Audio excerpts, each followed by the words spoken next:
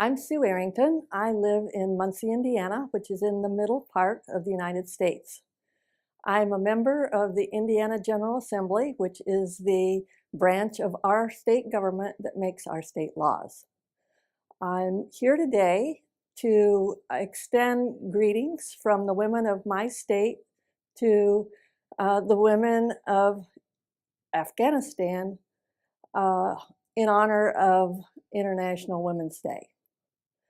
I and other women in my country have been aware of the struggles that Afghan women have had for many years. We became aware of it back in the days when the Taliban was in power because feminist organizations in our country began to speak out about what was happening to the women of Afghanistan. We know that things are much better now, and we're glad, because women's equality is very important. And I think that our former First Lady Hillary Clinton said it best in a speech that she gave at the fourth Conference on Women in Beijing in 1995. And what she said was, women's rights are human rights. The empowerment of women is important, not just because it makes life better for women, but it raises opportunities for everyone. And so one of the keys to that empowerment is education. And I understand that you are all students at a center in Kabul where you are studying English and computer skills.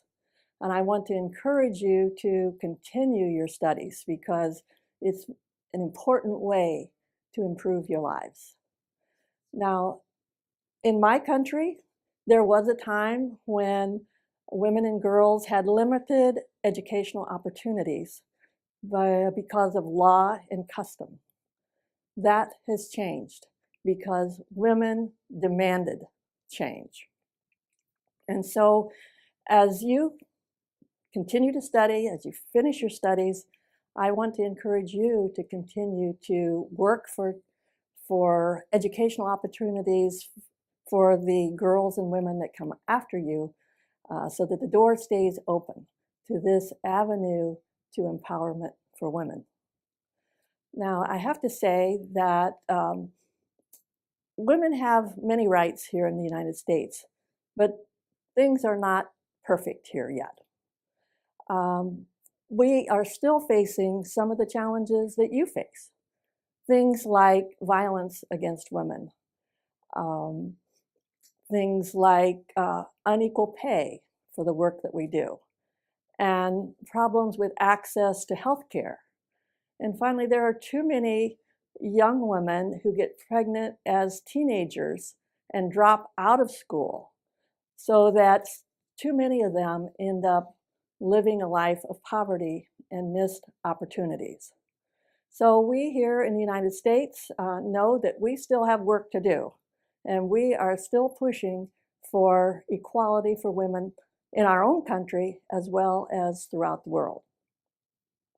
I'd like to finish by telling you about Bibi Barami. Bibi lives in the United States. She's lived in my community for many years, but she's from Afghanistan originally.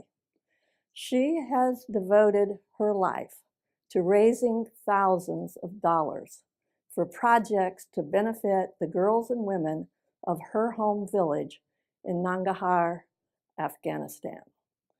Her first project was to raise money to build an elementary school.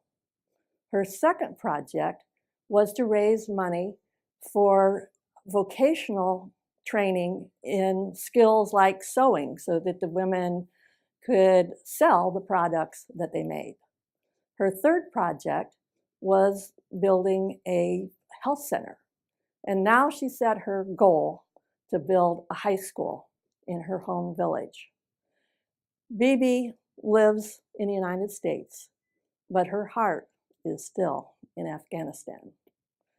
And like Bibi, We, the women of the United States, who live thousands of miles away from you women in Afghanistan, we consider you our sisters.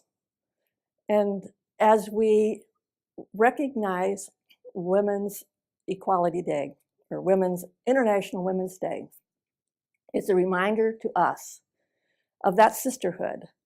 And so we extend our hands of friendship and solidarity to the women of Afghanistan. Thank you.